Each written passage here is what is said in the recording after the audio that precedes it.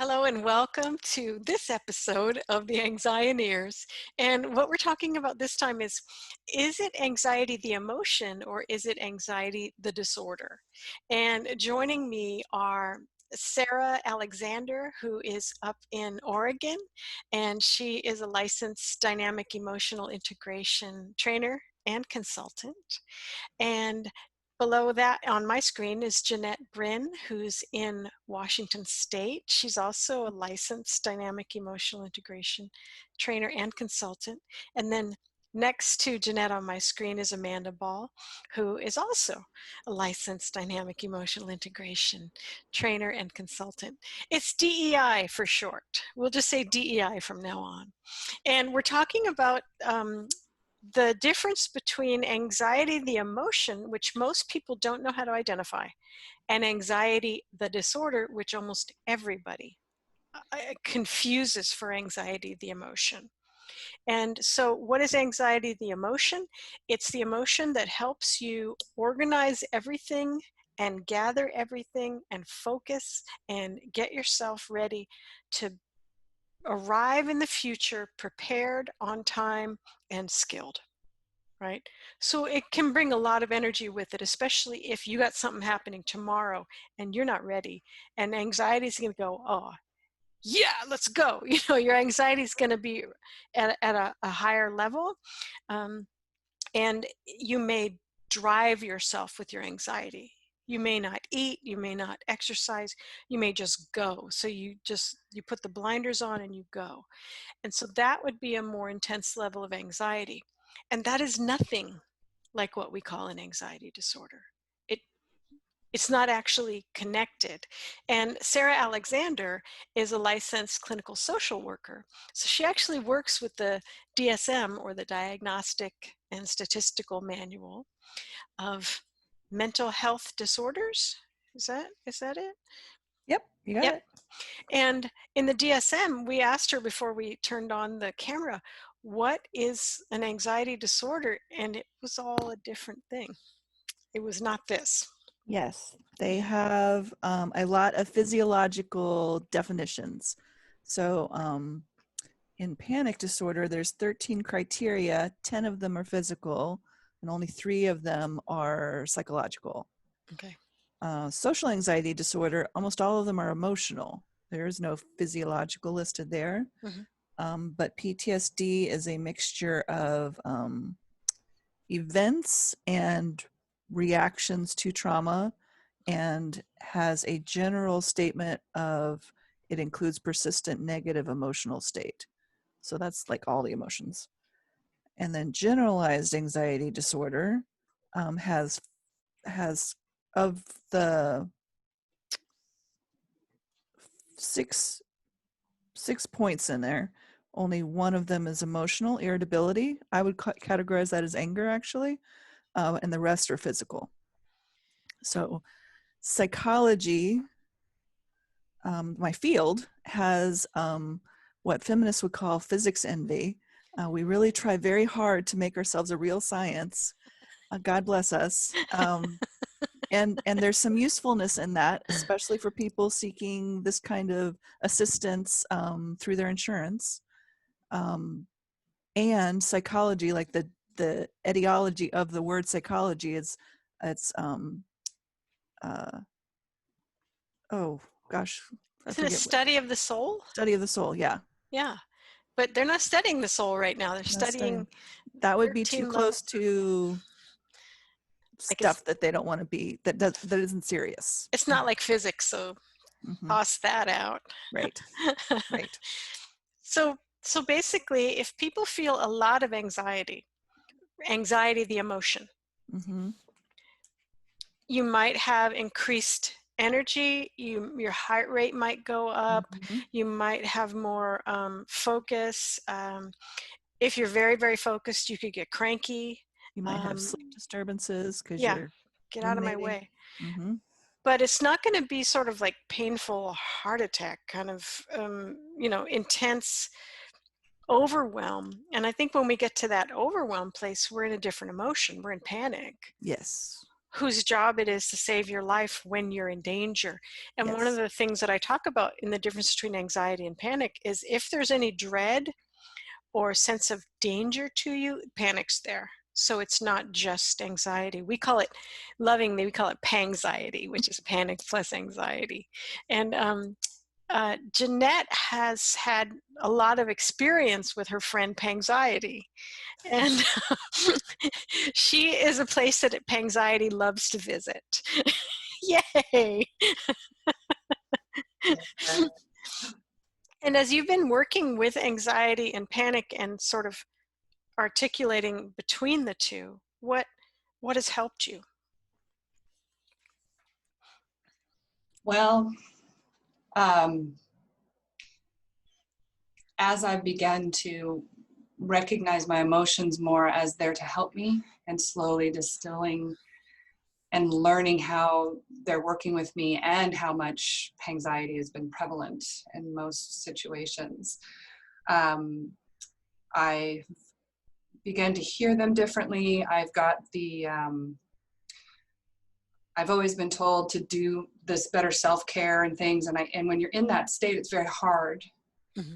to do a healing action, and that's always been a very troubling thing for me in my life because it was very shaming. I couldn't think the happy thoughts, I couldn't do the one thing, and all the things that tend to be the go-to when you're in that state of alert and alarm.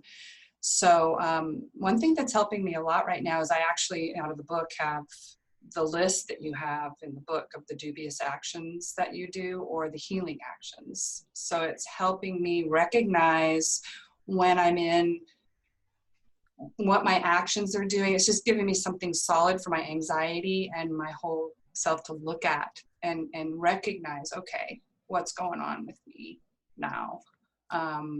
Yeah, let me share my screen and show that. This is from the panic chapter or pangxiety chapter, and it's called the healing versus dubious actions for attending to your panic. Because panic will bring you a lot of energy, right? But what do you do with it? It can be very destabilizing. So the question for panic that isn't about, there's two kinds of panic. One is there's a tiger coming for you, you need to fight, flee, or freeze. Boom. The other is a panic that is more, what would you call it? More long-lasting panic, which may come from um, an abusive environment or some trauma in your past, or just not having the kind of world that your organism requires to feel comfortable, that the world can just be too loud and too dangerous feeling for you. So you may see anxiety in people who are very sensitive otherwise, because this world is just noisy and overwhelming. So when we look at healing actions, resting and taking downtime would be a healing action. What would be a dubious action? Zoning out in front of the TV. So if you deal with a lot of anxiety, it might help to look at the dubious actions list and see what is it that you do when you're feeling anxiety, and then look over across at the other side as a healing action and see what might you do. What are your options?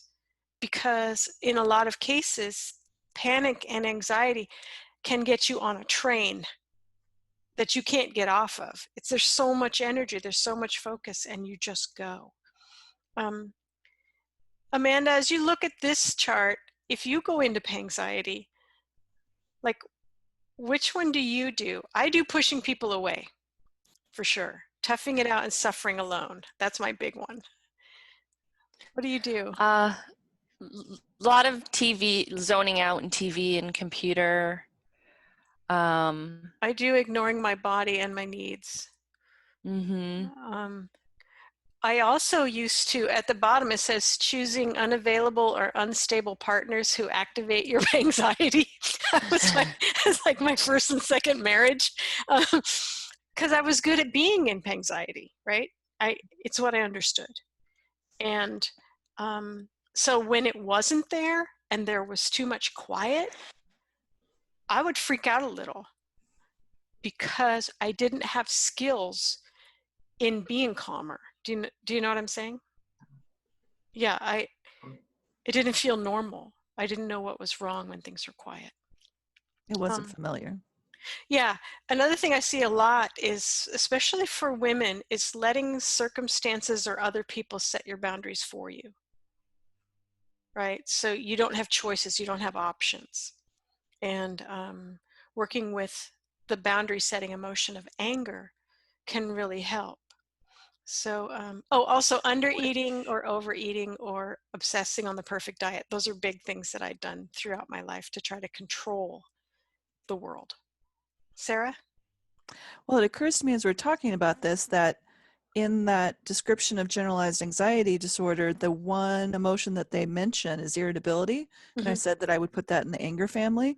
And so to my DEI ear, as we're talking about this, that kind of points to how perhaps the boundaries are in the wrong place, and perhaps anger is not allowed or not turned to, not utilized enough to create the container that is needed in a situation. And so then the anxiety comes in and is trying to set those boundaries in all these ways that only anxiety can do, which is very task oriented. But if that's not the problem, then it's never going to feel satisfied. Amanda? Yeah, thanks for saying that, Sarah. When we were on the list, it kind of flashed me back to my early career, right when I got out of college, and I was really high intense anxiety in the jobs that I was working, and I did a lot of the dubious actions, and that level of anxiety is what helped me realize I couldn't go down this career path. It's what took me out of actually 2 career paths. I just left another one behind this past year. So, and it was the anxiety amongst other emotions, but it was that intense anxiety that came up, and I just was like, this isn't workable. So I'm very grateful for my anxiety. Right. Yeah. And so one way to look at if we're in a discussion about what is anxiety versus an anxiety disorder, I still wouldn't call it a disorder, but the way they've got it described there, it goes to a disordered level because you're not doing anxiety, you're not doing the work of the emotions, including the anger, you're not doing the work of panic, right? And so that is what we're calling the disordered. The disordered piece is that you don't know how to channel your emotions. Yeah, it doesn't have to but stay neither does disordered. the whole field. So we're treating it with medication, we're treating it with distractions, we're treating it with eating weirdness. Think your way out of it. Netflix your way out of it. How's that That working? one's still fine. Yeah, that one's still good though. It's good. Leave that. Netflix is fine. I was thinking that so many of the so-called disorders in the DSM are simply a person whose emotions are coming up trying to do a job. Yes. The person doesn't know what the heck to do with the emotion. Right. The emotion gets louder and louder and louder. The person still doesn't have skills. And it just, it's like a tsunami at that point. Right. And yes, when I say to people, there's no such thing as a negative emotion, you can see them going, I know one. Yeah, I know one. But the emotion is bringing information. Right. Right. And if you know how to take that information, you and your emotions are going to be fine. But if you don't, then emotions can feel battering. Right. Especially two powerful emotions like panic and anxiety together. You say, this is disordered. This isn't working for anyone. Right. Yeah. So in your book, you make a distinction. You say you wouldn't call it like post-traumatic stress disorder. You would call it post-traumatic stress response. And I think all of these disorders are a response to something. Then the key is to work with our emotions to help that response happen, to help it complete its action. Yeah. And how happy anxiety is when it can get off that train. Oh, yeah. And uncouple from panic and just like go do its little tasks and write its lists. It's like, you go do that. I'm going to write some lists over here. Jeanette? As I've been on this journey for a while now, I recently experienced what you guys are talking about because I felt the irritability, the sizzle. And someone I live with, my beloved, irritability of it. But the reason I say that is because I knew my conscious mind knows it wasn't appropriate. But again, it's turned into a train. It's always gone so far. And I've been able to now hear my anxiety pointing to, I need my boundary. And what I recognized was my boundary needed to come in, because my mind was like, he's not doing anything. You know, I knew that, but it's all coming up. And I was like, this is my boundary issue. You know, so in that moment, bringing that in and starting, right, and it calmed right down. Yeah. And it's like, oh, okay. They just didn't understand their jobs, and I didn't know how to work with them. But they've just been really trying to get me Right. to understand where I need to take care of myself best. Right. That's a relief to be able to start to feel that slowly and Yeah. recognize that. And boundaries are so important for anxiety, because if we don't have boundaries, anxiety's got way too much on its list. Way too much. Boy. It can just keep going. It can wake you up at night. Because You then know. you have to fix everything, Yeah. not just what's in your sphere, but everything. Yeah. Those people, that situation. Yeah. My family. All of them. Good luck with that. Good luck with that. I've met your family. And I think Jeanette's example brings up a good point, which is those questions that you have us using to work with anxiety, like what really needs to happen. That really piece is key. Like a lot of things could happen. You could ignore it. You could avoid it. You could distract from it. You could blow up. You know, all these things could happen. But what really needs to happen may be the work of another emotion, like anger. Mm-hmm. You may need to set boundaries, or you may need to do the work of panic, which is find your healing action. Mm-hmm. So anxiety is always going to be on the scene when something needs to happen. So it's there a lot. Yeah. But it's not evidence of disorder. It's just trying to do its job. Yeah. Yeah. And something I say in the book is, if you try these practices and you work with this, and it's, your anxiety is still very, very high and it's very uncomfortable, you're not failing. Just reach out for some help, for support. There's a wonderful site that I send you to a number of times. What is it called? Help Guide. Help Guide is nice because you can look up, what it means to have anxiety, and it's not going to fill you with dread. You'll just be like, oh yeah, I have that and that and that. And it gives you options for how to get some support for yourself. So I don't want you to get into perfectionism with this book. If you try the thing and it doesn't work, then this doesn't work, right? And you get help. So when you open this book, you don't get trapped in a world that you can never get out of. It's like it's not a cult, right? But when you understand your anxiety and you can embrace it and know it as itself, I think you'll find this is a brilliant, wonderful, delightful emotion that you may feel sad that you ever allowed anyone to call it a disorder because it's trying to do its work. Mm-hmm. Yeah. Oh, it's one of my favorites. Yeah. It gets things done. And as soon as I could clear up in my mind the task it was trying to get done, its job got much, much easier. Yeah. Yeah. Is there anything else you'd like to say before we leave anxiety alone? What is your anxiety saying right now? What's been forgotten? Naps. Naps. Oh, naps. Yes. Amanda's become a nap expert for anxiety. Thank you. About doing it. The only I do feel my anxiety is that wanting to just kind of echo that you finding your way. It's a tricky, slippery slope in there because the conditioning in our world. I know it's been hard for me trying to find my way and what my body and my emotions need, and not being just so hooked in because it's just so prevalent in our world to say if you just do this over here or that over there. And I've got an unbelievable list of books and workshops and things and not that those aren't wrong. It's just find your way and know that it's for you to care for yourself and find what works for you. Yeah, I think that's a nice thing, because if you have a lot of anxiety and panic, you may also have a lot of shame about the way that your body functions. And so if things don't work for you, you don't say, well, that wasn't that wasn't any good at all. You say, I should have worked harder at it. right? So you end up just now your anxiety has 19 books that didn't work for you, but you don't think of them in those terms. You think of 19 failures that you had. So understanding that you are a unique individual, and some people's stuff with anxiety is going to work, or whatever emotion is going to work great for you, and then the rest of it's like nope. So fly your freak flag of emotions. You.